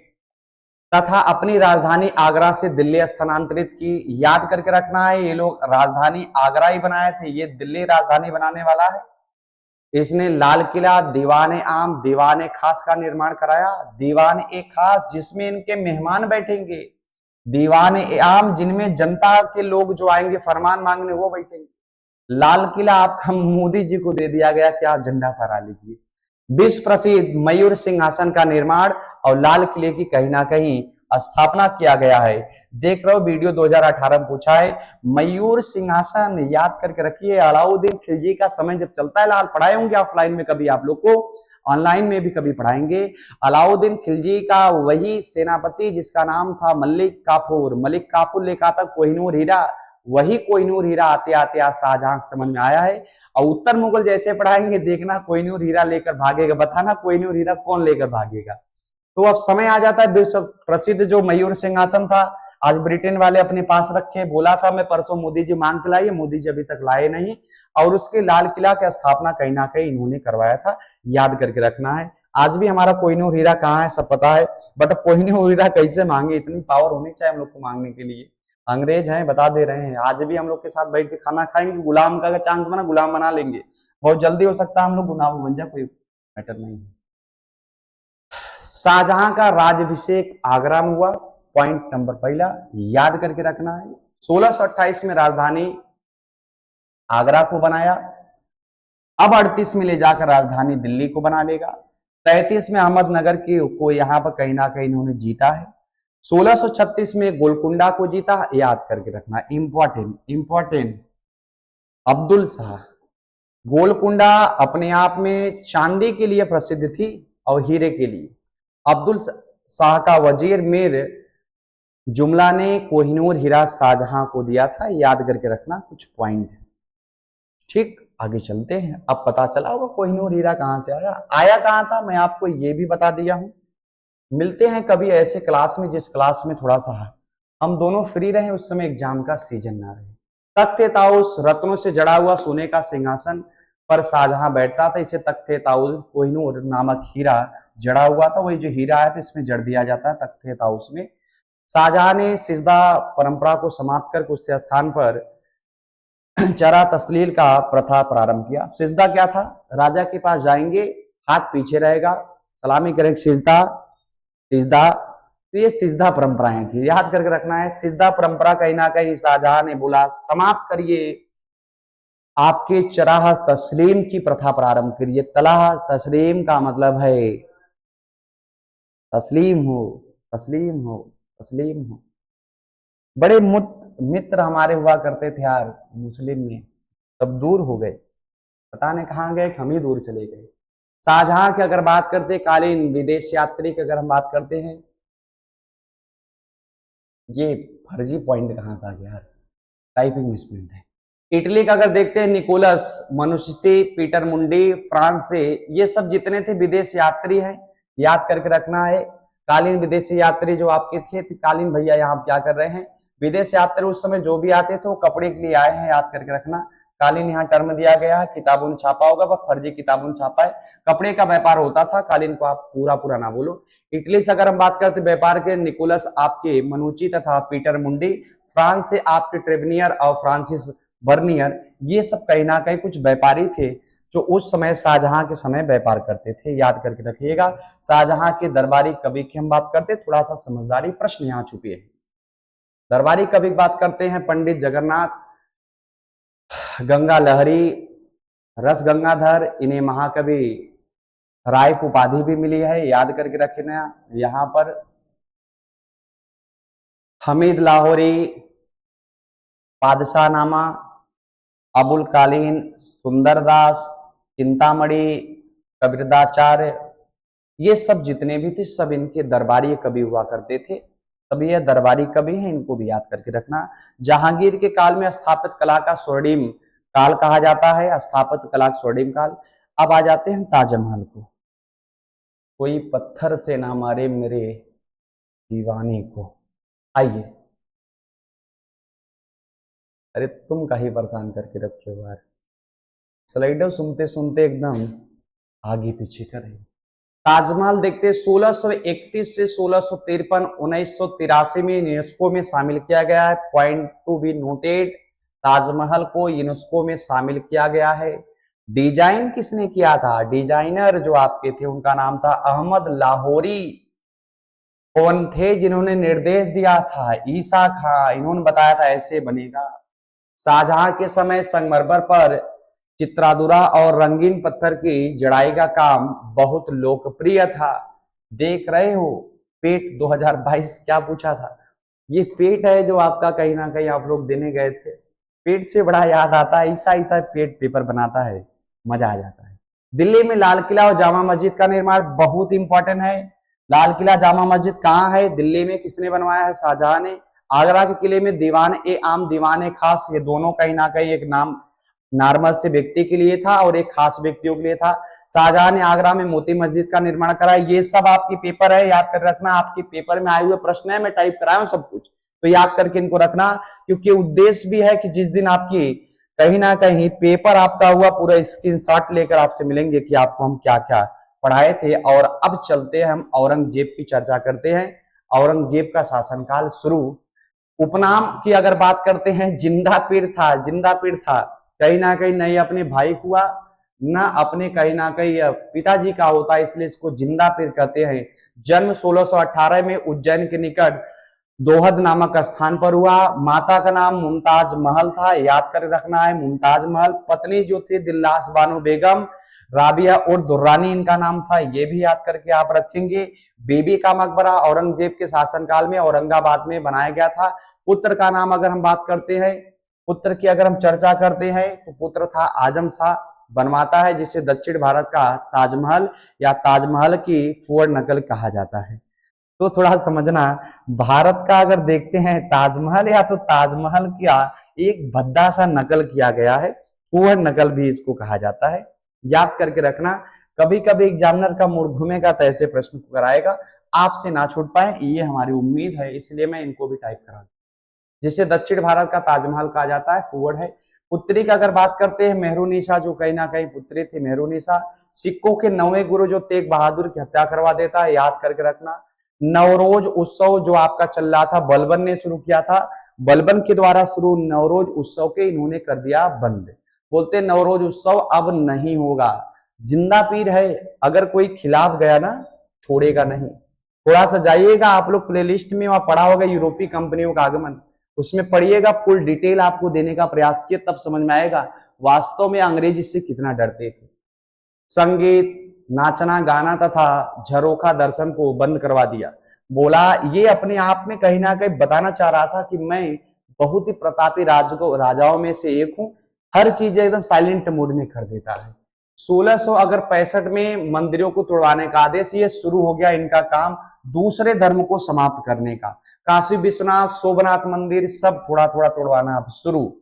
अब आपका 1679 में जजिया कर को फिर से लागू कर दिया। पेट ने पुनः फिर से पूछा इसको, पेट ने नहीं, बहुत एग्जामों ने पूछा है जजिया कर को पुनः फिर से कब किसने चालू कर दिया, तो याद कर रखना है। 1680 में शिवाजी के पुत्र संभाजी की हत्या करवा दी, संभाजी की हत्या करवा देता है।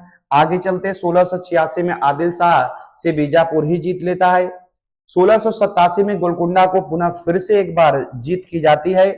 मुगल काल को दूसरा सबसे लंबा कार्यकाल था, तो याद करके रखना, दूसरा सबसे लंबा कार्यकाल इसी का हुआ करता है, औरंगजेब का ही। आगे चलते हैं, मुगल काल का दूसरा सबसे लंबा कार्यकाल, औरंगजेब के कार्यकाल में बुंदेल सरदार छत्रसाल ने विद्रोह किया था। इनके काल में सनातनी विद्रोह हुआ था, तो याद करके रखना, सनातनी विद्रोह कहीं ना कहीं इन्हीं के काल में हुआ था। हिंदुओं के द्वारा एक उठाया गया मुगलों के सापेक्ष एक कदम था, तो इनको भी थोड़ा सा याद करके रखिए। औरंगजेब का मकबरा औरंगाबाद में महाराष्ट्र में पड़ता है। वेरी वेरी इंपॉर्टेंट प्रश्नों में से होता है। जितने स्लाइड पर मैं क्या ही इंपॉर्टेंट करूं, इस स्लाइड ही अपने आप में इंपॉर्टेंट बन गई है। एग्जाम के प्रश्न आपके निकाल के रखे गए प्रीवियस ईयर, तो इंपॉर्टेंट है ही, उनमें भी इंपॉर्टेंट अगर आप लोग कर रहे हैं तो ये मूर्खताएं हैं। अब हम यहाँ पर बहादुर शाह प्रथम जो आपके हैं इनकी हम चर्चा करेंगे, बट इस वीडियो में नहीं। उत्तर मुगल अब समाप्त शुरू होने वाला है। उत्तर मुगल के शासक जितने आएंगे सब धीरे धीरे कमजोर होते चले जाएंगे। उन्हीं में हम लोग चल के आगे पढ़ेंगे कि दिल्ली का अंतिम शासक कौन होगा, सबकी चर्चा करेंगे। उत्तर मुगल का पार्ट नंबर 2 कल या परसों में पुनः लेकर आऊंगा। वीडियो को रिवीजन करते रहेंगे, रिवीजन पर रिवीजन, 1 से 2 प्रश्न आपको यहाँ पर मैं दिखाऊंगा 23 तारीख को। क्लास में बने रहने के लिए बहुत बहुत आप लोगों का धन्यवाद। हो सके तो क्लास को लाइक, शेयर और सब्सक्राइब करना ना भूलिएगा। सभी क्लास को शेयर करना ना भूलिएगा। बहुत बहुत धन्यवाद क्लास में बनने के लिए। जय हिंद, जय भारत।